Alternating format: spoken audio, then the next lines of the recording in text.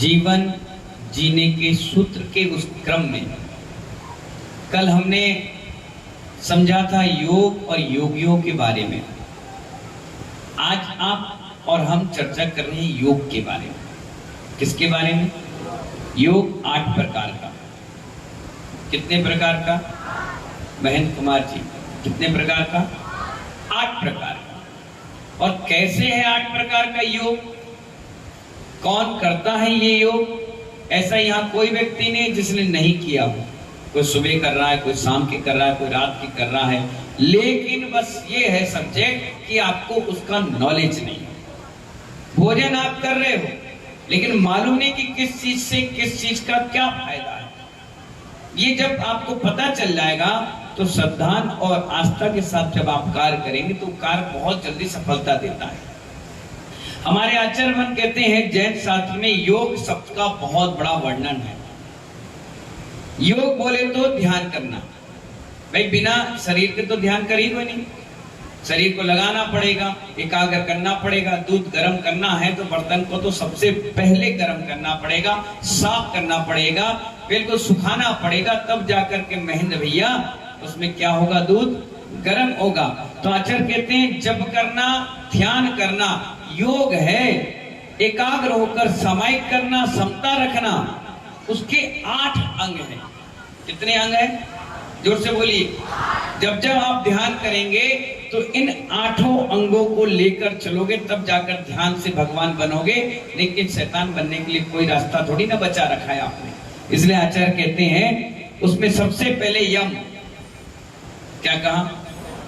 मैं भी पूछूंगा, बताना पड़ेगा। पहला क्या? फिर नियम। क्या बोला? पहले ढंग से बैठ जाओ, हाथ जोड़ो, बोलो पहला क्या? यम। दूसरा नियम। तीसरा आसन। क्या? पहला कौन सा? यम। दूसरा नियम। तीसरा आसन। चौथा प्राणायाम। ठीक है। और 5वां हो गया प्रत्याहार। प्रत्याहार है ना।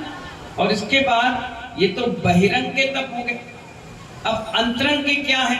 अंतरंग के आचार्य कहते हैं ध्यान, धारणा, समाधि। ध्यान, धारणा और समाधि। इस प्रकार से ये 8 अंग जो पालन कर ले दृढ़ का साथ और एकाग्रचित होकर वही भगवान बन जाता है। ये सब चीजें हमारे 24 तीर्थंकर भगवान ने की और उसमें सफलता प्राप्त करी, तभी तो 24 तीर्थंकर बनकर भगवान बन गए। और हम लोग करते नहीं हैं, करते हैं तो नॉलेज नहीं है और क्रिया भी ढंग से नहीं कर पाते, इसलिए भटक रहे हैं। पहला है यम। क्या? प्रश्न उठना चाहिए आपके मन से, महाराज जी यम क्या है? यम का मतलब आचार्य वन कह रहे जीवन भर अभक्ष का त्याग कर देना। जो चीज आजीवन जुड़ जाए वो क्या कहलाती है? यम। यानी अब आपकी सांस जब छूटेगी तभी ये नियम समाप्त होगा। जब तक सांस है तब तक ये नियम है। आजीवन जिसे कहते हैं उसे कहते हैं यम। क्या कहते हैं? जैसे समाहित करने बैठे, नियम ले लिए कि जब तक ये सांस है, जब तक ये सांस है हम आसन नहीं खोलेंगे, ऐसे ही बैठे रहेंगे। ये क्या धारणा हो गई हमारी? यम। जब तक सांस है। और नियम में हो गया कि 48 मिनट, 1 घंटा, 2 घंटा, 3 घंटा, 5 घंटा। तो ये नियम, यम का मतलब हो गया आजीवन मद, मधु और मांस आदि का सेवन नहीं करेंगे, तामसिक भोजन नहीं करेंगे। ये सबसे पहले योग की विधि है कि ये सब चीज आपको छोड़ना पड़ेगा। तामसिक भोजन, अभक्ष भोजन है ना, रात्रि भोजन, अभक्ष, नीचे जमीन के जो चीजें हैं ये सब त्याग करना पड़ेगा। तब जाकर के आपका मन ध्यान की प्रक्रिया में लगेगा। पहला कौन सा? यम। समझ में आ गया ना? मैं भी पूछूंगा, बताना भी पड़ेगा। कोई भी हो, चाहे जीतू भैया क्यों ना हो, चाहे विनोद भैया क्यों ना हो, चाहे नीरू भैया मंच पे बैठे वो क्यों ना हो, चाहे हमारे रिक्कू क्यों ना हो, सुन लो। ये आपके जीवन के सबसे बड़ा कंठ में बंधी हुई विद्या है। ये कभी समाप्त नहीं होगी। मरने के पहले तक तो सबको काम आएगी। ठीक है। पहला क्या? उसके बाद नियम। नियम कैसे कहते हैं? जैसे नियम ले लेगा, हम रात्रि में भोजन नहीं करेंगे, हम 2 बार खाएंगे, 4 बार पानी पिएंगे, आज दूध नहीं लेंगे, आज रस नहीं लेंगे, आज अष्टमी है, हम हरी सब्जी नहीं खाएंगे। ग्रस्त लोग अपने खान पान का मर्यादित नियम लेते हैं, उसे कहते हैं नियम। क्या कहते हैं उसको? जो आप लोग अभी 10 लक्षण में लेकर चल रहे थे, आज हरी का त्याग, आज नमक का त्याग, आज मीठे का त्याग, आज बोलेंगे नहीं, आज रोएंगे नहीं, आज लड़ेंगे नहीं, आज झगड़ेंगे नहीं, आज किसी का बकाया नहीं रखेंगे, दान पुण्य करेंगे, आज इतनी पूजा करेंगे, ये क्या है? तात्कालिक नियम जो लेते हैं कुछ समय के लिए, उसे कहते हैं नियम। ठीक है ना? यम समझ में आ गया, नियम समझ में आ गया। अब है आसन। 2 आसन होते हैं, एक सुखासन और एक अर्ध परमासन। इस पर बैठकर ध्यान, जप, त्याग, तपस्या करेंगे। इस प्रकार से आसन लगाने को क्या कहते हैं? एक आसन और भी होता है, वो इतना प्यारा आसन है कि भगवान ही बचा ले उस आसन से। हाँ, इतना प्यारा आसन, और इतने ढोंगी लोग हो तुम लोग। सबसे पहले अगर वो आसन मैंने तुम्हें बता लिया ना, तुम सबसे पहले वो लगाओगे। कौन सा आसन? सब आसन। कौन सा आसन? मुर्दे की तरह आसन। कई लोग ऐसे हैं साधक जो समाहित करने के लिए बैठ तो जाते हैं और धीरे से पैर फैलाए, 5 मिनट तो ऐसे बैठेंगे जैसे अब भी बिल्कुल भगवान बन रहे हैं, अब भी 1 मिनट नहीं लग रहा, और 5 मिनट बाद धीरे से झुकेंगे, फिर और झुकेंगे, फिर देखेंगे कोई देख तो है नहीं रहा, धीरे से एक पैर फैलाएंगे, फिर दूसरा फैलाएंगे, कोई नहीं देख रहा, सीधे लेट जाएंगे। अगर किसी ने हिला दिया, क्या हो रहा है? ध्यान कर रहे हैं। ध्यान। कौन सा ध्यान? सब आसन है हमारा, मुर्दे की तरह। तो उठ क्यों गए? मरे हुए मुर्दे की तरह थे तो मरे हुए पड़े रहते। कोई उठाकर ले जाए, जला दे, काट दे, पीट दे, तब भी मुख से उफ ना निकले। हमने जरा सा टच किया, उठकर बैठ गए। नींद का आसन था, इस सब आसन नहीं। सब आसन क्या था मालूम है? एक मुनिराज मुर्दा घाट में चले गए, जहां जलती है ना, वहां चले गए और लेट गए, और लेट करके सब आसन, वो तो मुनि थे और परफेक्ट थे, मजबूत, सब आसन लगा रहे थे। तो एक व्यक्ति आया, उसका नियम था कि मुर्दों की खोपड़ियां जोड़कर उसमें हवन करे तो सिद्धि होती है ना, चंडाली सिद्धि। तो उसने क्या किया? एक मुर्दा ले आया उखाड़ कर और रख दिया, और एक और ले आया, रख दिया। अब एक की जरूरत थी, उसने इधर उधर देखा तो मुनि महाराज पड़े थे, और मुर्दा क्या होते, कपड़े लत्ते उतार देते लोग, तो नग्न थे वो। उसने ध्यान दिया नहीं, उसने खींचा तो मुनि महाराज तो सब आसन में थे, तुम्हारे जैसे थोड़ी ना डबरा वाले जैसे उठ के बैठ गए। क्या कर रहे? मारेंगे हम, आसन लगा, तक तक ऐसा नहीं कर रहे थे, तो लेटे थे, शांत अपने ध्यान कर रहे थे। उन्हें खींचा, बाल खींचे चले आए और लेटा दिया, और अग्नि भी जला दी, और जलते रहे मुनि महाराज, और उप भी नहीं करे।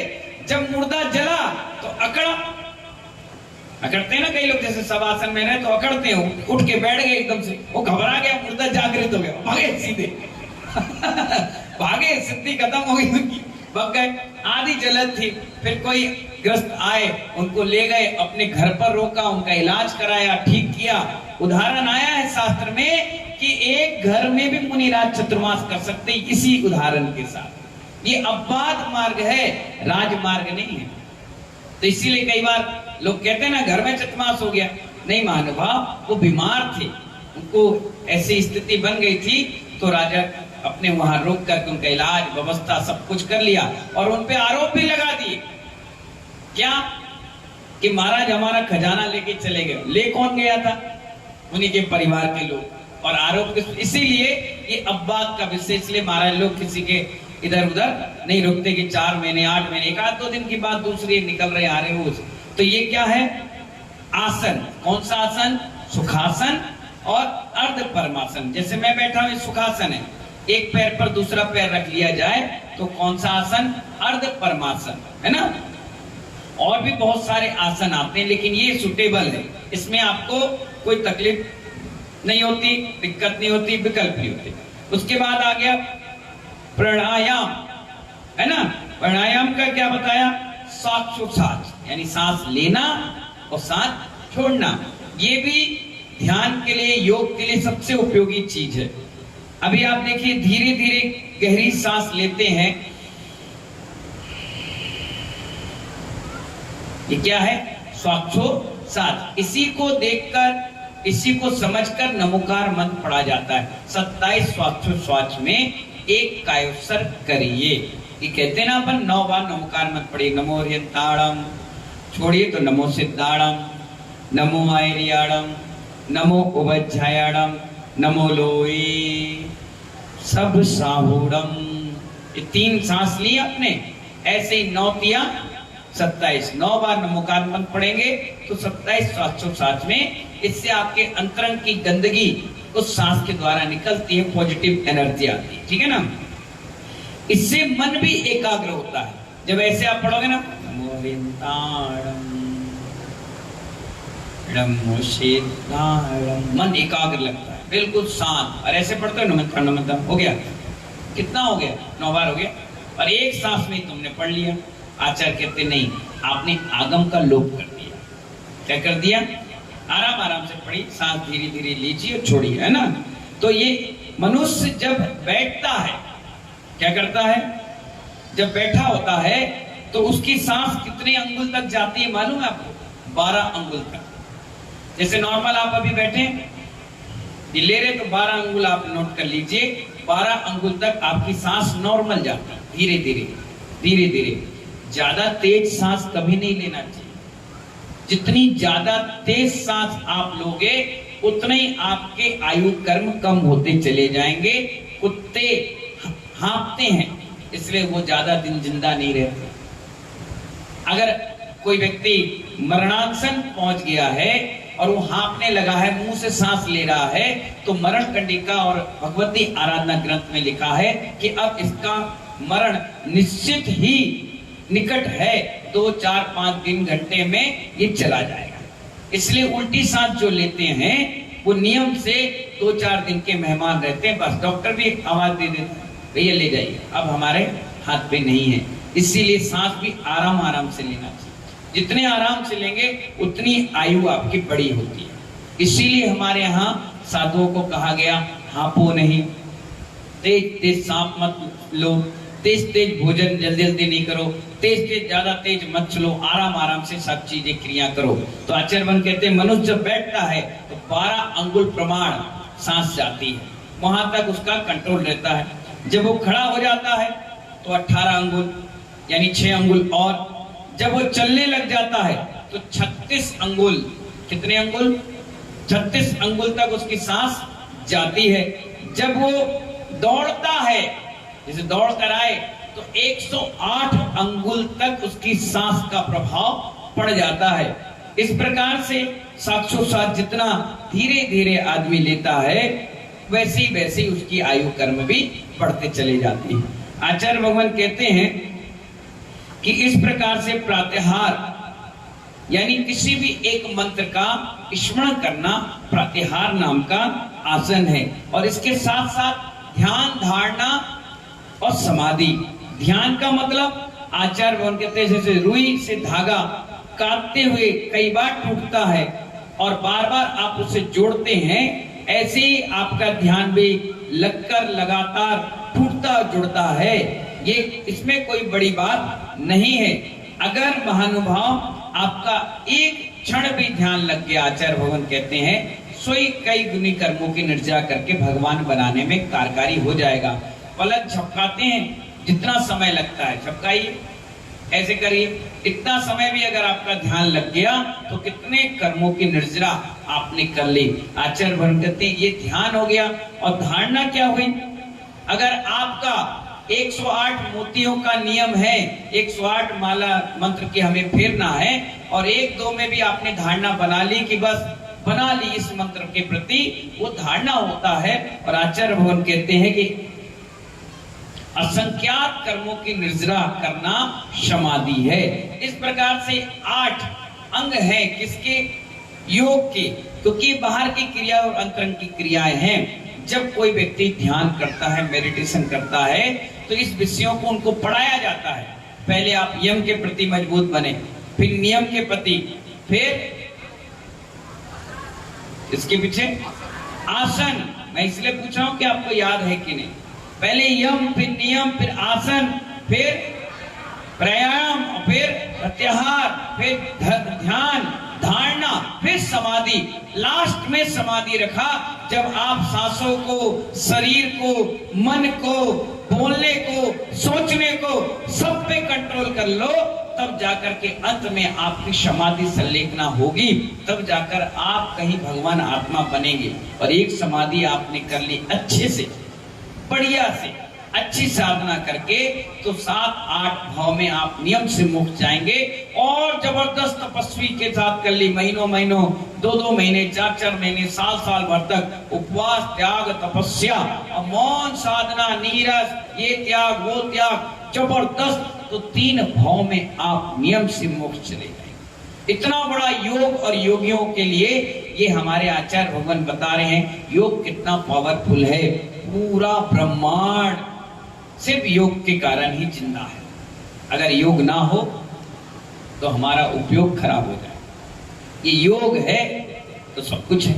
इसलिए तो हमारे शास्त्रों में तो पहले ही लिख दिया गया। ये टीवी और एडवर्टाइजिंग में अभी आ गया। हमारे मुनि महाराज भी श्वास के साथ ही क्या पढ़ते हैं? नमोकार मंत्र पढ़ते हैं, चलते हैं, खाते हैं, उठते हैं, बैठते हैं, सारा नियम, धारणा, धर्म, ध्यान और सब कुछ उनके नियमावती से चल रहा है। ये आप सबके लिए है कि आप कम से कम अपनी जीवन शैली को सुधारिए। जितने जीवन शैली सुधार ली, उसको दवाइयां खाने की आवश्यकता नहीं पड़ती। आप देखिए, आपके बीच अपन थे, 46 उपवास दोनों मुनिराज ने कर लिए। कभी दवाइयों की आवश्यकता पड़ी? नहीं पड़ी। कभी हाय तौबा मचाया? नहीं मचाया। कभी डॉक्टर को बुलवाया? नहीं बुलवाया। कहीं हाँफ गए, थक गए, आप तो फिर भी घर में जाकर लेट गए, हे भगवान बचा लो, रात जल्दी से निकालो। सुबह 5 बजे कूद पड़े मैदान पे।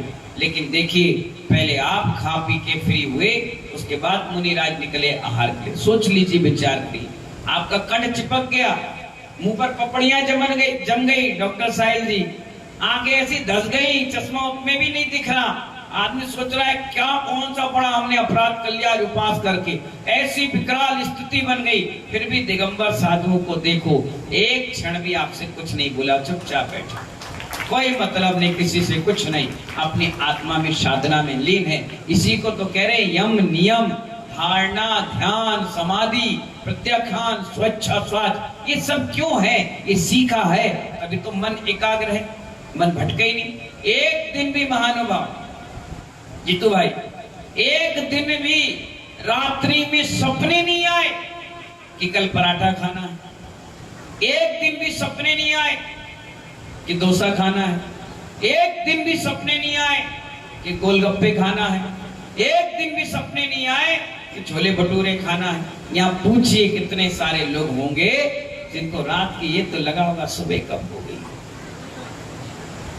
अरे पानी ले लेते, अरे पूरे फंस गए, अरे मजा नहीं आ रहा।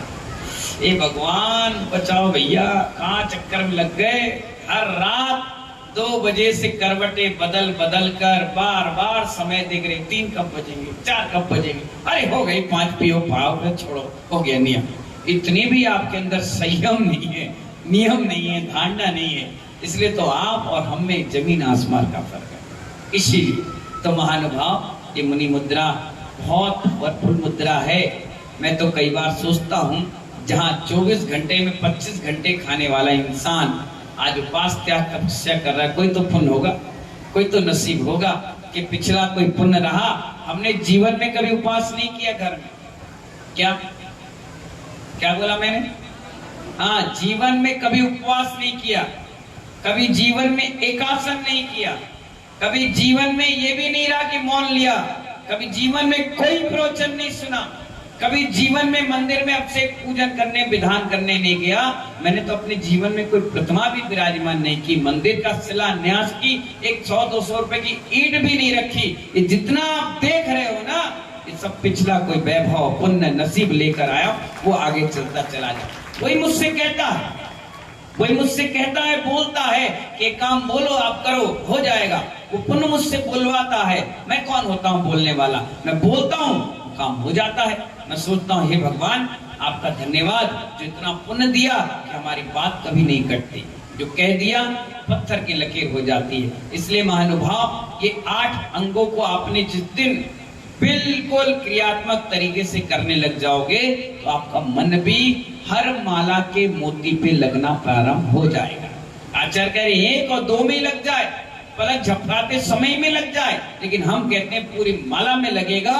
आप नियम और संयम के साथ, दृढ़ता के साथ लग जाइए। मुझे मालूम है आपकी परीक्षा होगी, ऐसी सिचुएशन बनेगी कि आप उसमें फेल भी होने लग जाओगे, लेकिन अगर आप दृढ़ता के साथ रहे तो चींटी 4 बार पहाड़ पर चलती है और एक बार ऐसा भी समय आता है 4 बार गिरती है तो 5वीं बार पहुंचकर झंडा लगा जाती है, और जो लगा जाता है उसे ही याद करते हैं, जो गिरता है उसे कोई नहीं पूछता। इसलिए महानुभाव इस 8 अंगों को ध्यान में रखकर बड़े पावरफुल तरीके से ध्यान करें, और ऐसी मंगल भावनाओं के साथ सभी को बहुत बहुत आशीर्वाद। जय बोलिए महावीर भगवान की।